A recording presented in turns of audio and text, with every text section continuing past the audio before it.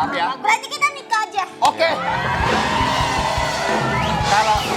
Kalau kalian menikah, semua biaya saya yang nanggung. Keren!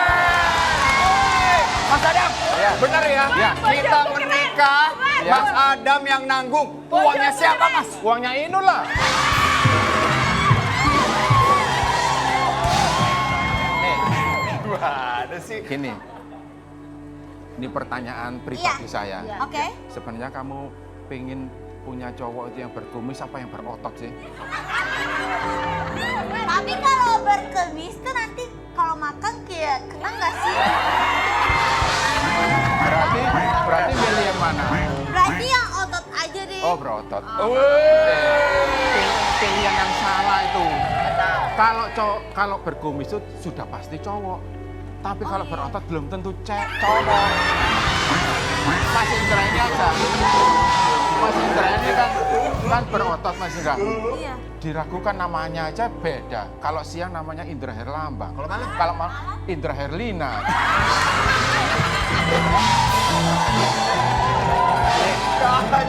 Kalau Mas Indra sama Haruka bisa cocok, Iya. bisa jodoh. Bentar. Kenapa Aku ini? juga Kenapa? tak mau kalah. Oh, sama Mbak Inul. Hah? Maksudnya apa? Maksudnya ngecek sama Mbak Inul kan? Mau kemana, Mas? Di. Lah,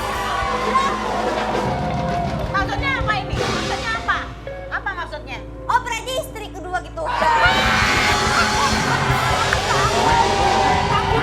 Bukan, ini bukan istri kedua. tapi Istri simpanan. udah. Jangan kemana-mana. Tetap di rumah idaman. Sabar, Bun. Sabar, Bun. Sabar, Bun. Sabar. Sabar, Bun. Udah, sabar. Sabar. Sabar, Bun.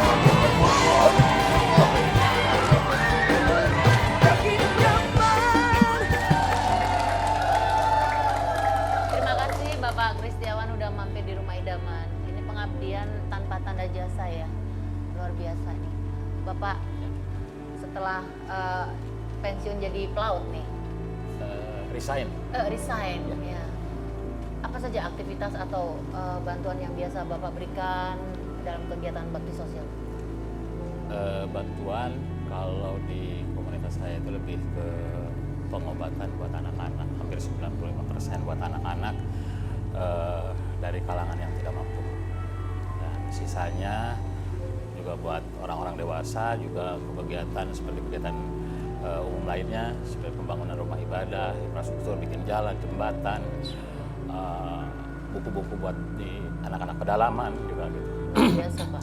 Ya, juga buat mengupgrade guru-guru di daerah, terutama guru-guru honorer. Alhamdulillah kita ada beberapa guru honorer yang kita support,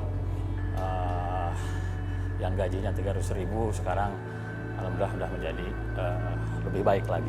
Apakah itu termasuk visi misi dari Bapak sendiri kepada orang-orang yang dibantu itu?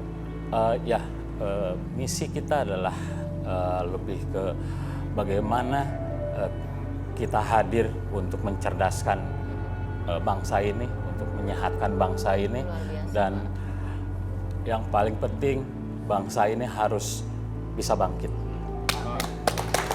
Apa yang Bapak berikan atau apa yang menggerakkan hati Bapak untuk melakukan kegiatan tersebut? Mungkin kebanyakan dari orang-orang yang membuat yayasan atau komunitas itu karena melihat anak-anak yatim, melihat orang yang tidak bisa makan, atau melihat rumahnya yang orang-orang duafa yang roboh gitu. Tapi saya lebih ke merasakan sendiri. Saya tidak bisa menembus anak saya pulang dari rumah sakit karena saya tidak punya uang. Saya tidak bisa menembus obat untuk anak saya karena saya tidak punya uang. Saya makan itu beli nasi bungkus dibagi dua untuk pagi dan siang. Dan alhamdulillah saya itu merasakan bagaimana bahagianya ketika saya dikasih uang 5.000, bahagia sekali. Nah itulah yang kebahagiaan itu yang pengen saya bagikan sekarang, bukan harta, bukan uang, tapi kebahagiaannya. Karena kalau harta atau uang atau apa saja itu bukan milik kita, itu hanya titipan. Tetapi kebahagiaan yang pernah dulu saya rasakan, saya pengen bagikan. Kang, Ini tadi akan cerita bahwa pernah anaknya sakit tidak bisa menebus obat dan lain-lain.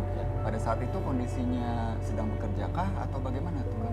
Saya dulu bekerja seperti biasa, bekerja di pabrik ya. Dan waktu itu pas krisis itu, Iya. saya itu diputuskan kerja dan saya masih nganggur gitu kan, punya anak gitu kan, hanya bisa usaha serabutan. Saya jualan ikan hias di sekolah-sekolah, saya jualan gorengan seperti itu. Dan akhirnya ketika anak saya sakit, bagaimana saya sulitnya untuk mendapatkan akses kesehatan buat anak saya. Dan alhamdulillah sekarang lebih dari mungkin hampir mencapai 1.000 anak udah saya obati tuntas sampai dengan selesai. Luar biasa Bapak ya. Tapi dari beberapa kegiatan sosial yang selama ini Bapak lakukan ya, momen apa yang paling membuat Bapak itu miris melihat keadaan korban yang Bapak bantu tuh kok gini amat? Sehari yang lalu saya punya pasien dampingan orang Cianjur namanya Muhammad Dirga. Dia mengalami kerusakan hati, sirosis hati dan ada kista di limpahnya. Saya berusaha untuk mendampinginya berobat dari awal dari rumah sakit daerah sampai ke salah satu rumah sakit terbesar di Jakarta. Dan anak ini harus transplantasi hati, harus cangkok hati. Kita berusaha untuk mencari hati yang cocok untuk dia, untuk didonorkan ke dia. Dan ternyata setelah sekian waktu yang cocok itu adalah milik ibunya sendiri. Dan ibunya dengan rela untuk mencangkokkan hatinya untuk anaknya. Tetapi detik-detik terakhir setelah biopsi ke Jerman, dibawa ke Jerman mana, hari kemarin meninggal dunia. Padahal kita udah siap semuanya, tim dokter udah siap, semua udah siap. Tetapi Allah lebih sayang kepada anak. Saya melihat pengorbanan seorang ibu yang rela memberikan hatinya untuk sang anaknya. Luar biasa sekali. Dan saya turut berduka cita untuk ibunya, mohon maaf saya langsung di sini ya, karena tidak bisa memberikan yang terbaik untuk buat Dirga yang kemarin meninggal dunia. Tapi perjuangan Bapak sudah sangat luar biasa. Mudah-mudahan almarhum bisa diterima di sisinya dan ibunda juga diberikan kesabaran. Dan kita akan melihat bersama nih Bun Sai, ada beberapa foto Foto-foto kegiatan sosial kegiatan Bapak dari Kristiawan. Bapak Kristiawan. Oke. Ya. Ini dia foto-fotonya. Jadi ternyata Bapak concern di bidang kesehatan dan juga pendidikan anak-anak juga ya. Ya. Tapi kenapa guru-guru akhirnya juga menjadi sorotan nih? Jadi salah satu yang dibantu oleh Bapak. Saya kemarin membantu seorang guru honorer tertua di Kabupaten Sukabumi. Alhamdulillah saya bisa memberikan motor, memberikan hewan ternak sebagai ganti pensiunnya karena dia tidak mempunyai pensiun. Dan di Cianjur di Bandung Barat juga ada guru yang usianya hampir 80 tahun mengabdi 52 tahun masih honorer. Ya. Dan ada itu gajinya cuma 350.000. Ada guru madrasah yang setahun hanya digaji 300.000, dibelikan kapur tulis. Tahun? Ya, Satu tahun 300.000 itu gajinya. ya waktu kenaikan kelas dibagikan dan paling dia belikan lagi untuk kapur tulis. Jadi gaji yang didapatkan yang tidak seberapa itu dibelikan lagi kapur untuk mengajar. Untuk mengajar. Gitu. Terus makannya tekondi. Nah itulah Allah memberikan rezeki pada orang-orang yang memiliki hati ikhlas. Alhamdulillah mereka bisa bertahan. Ada guru yang nggak digaji, dia malah menjadi penyadap gula merah dan gula merah itu dijual untuk makan dan untuk beli alat-alat tulis sekolah. Masya Allah. Ternyata masih banyak Ya, di luar ada sana guru-guru itu yang sangat difabel, mengabdi hidupnya. ada Ya. guru difabel juga, ada guru yang sangat miris. Kemarin saya membantu guru honorer yang anaknya putus sekolah. Bayangkan seorang guru anaknya harus putus sekolah dan dia jualan permen di bis. Itu luar biasa sekali. Dunia pendidikan kita masih perlu banyak orang yang harus memperhatikan. Mudah-mudahan suara Bapak ketika berbicara di sini begitu banyak orang-orang yang tulus mendengarkan, khususnya dari pihak-pihak yang bersangkutan. Iya. Mungkin Terketuk hatinya. terketuk hatinya mungkin dari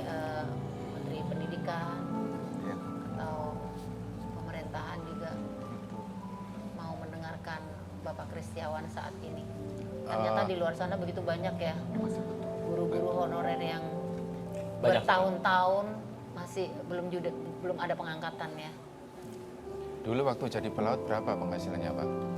Penghasilannya kalau untuk standar saya cukup lah ya, sekitar di angka 80 sampai 100 juta per bulan. Bapak, akan banyak orang yang ketika membantu orang lain itu kemudian berpikir yang harus saya bantu tuh saya dulu nih, keluarga saya dulu. Biasanya mereka akhirnya memutuskan oke, nanti dulu deh ya ngebantunya. Kenapa, Tunggu Bapak? waktunya ada lebih gitu. Sementara Bapak dengan penghasilan yang mohon maaf secukupnya gitu ya, tapi malah membagikan ke orang lain. Kenapa Pak? Kenapa bisa punya inisiatif seperti itu, Pak? Karena kembali lagi ke janji saya dulu waktu saya nggak bisa bayar anak saya di rumah sakit, kembali saya banyak orang-orang seperti saya. Alhamdulillah dalam keluarga sekarang udah agak baik, udah baik, tetapi di sekitar kita, di sekeliling kita masih banyak orang-orang yang membutuhkan. Mungkin hari ini kita mau nolong mereka, kita tidak tahu besok kita yang ditolong oleh mereka. Betul. Jadi anggaran untuk kegiatan sosial Bapak saat ini tuh dari mana? Saat ini adalah mandiri dan kita melakukan fundraising di secara online seperti itu, dan kebanyakan adalah memperlihatkan kekuatan sedekah. Ya, kekuatan sedekah ini luar biasa sekali dan bisa membantu banyak orang, bisa membantu para orang-orang yang membutuhkan. Haruka kalau ngelihat Bapak Kurniawan nih ya, Iya, membantu banyak orang, pendapatnya Haruka gimana ngelihatnya? aku lihatnya ya sebenarnya aku juga waktu masih kecil di Jepang, aku kan emang orangnya susah juga. Pernah panti asuhan juga, akunya tinggal di panti asuhan juga. Jadi aku merasa kayak aku juga pengen jadi kayak bapak juga gitu sebenarnya. Jadi kalau mungkin aku lebih dewasa, lebih mikir ke orang-orang lain, aku juga pengen kayak bapak gitu. Karena bapaknya keren banget dan aku juga kayak dengar cerita kayak jadi senang dan kayak terharu dan antara kayak sedih juga.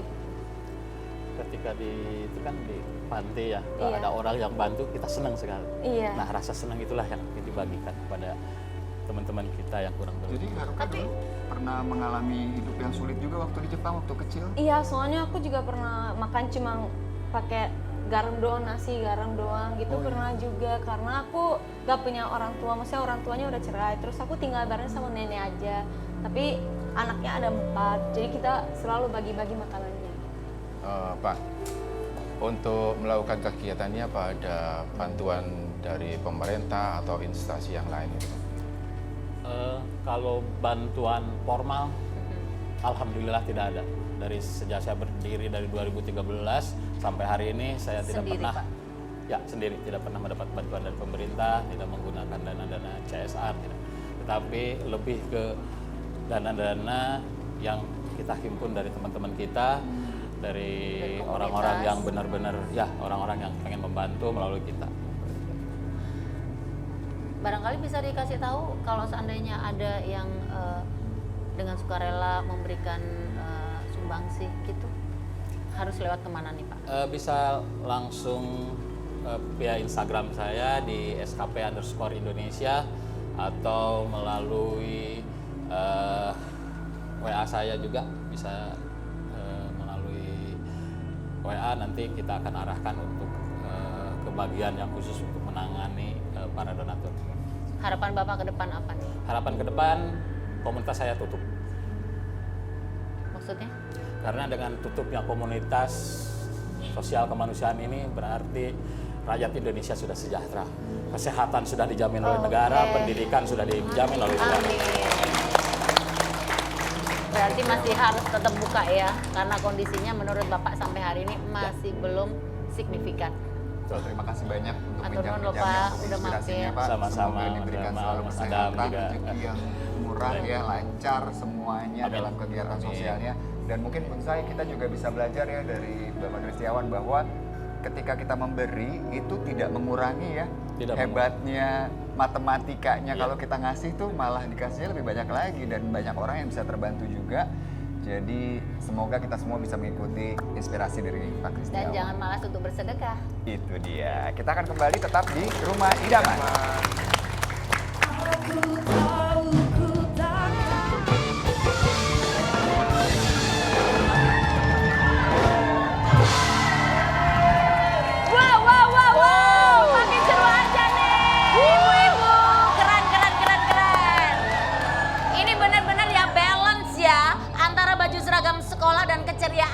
walaupun usia udah nambah ya.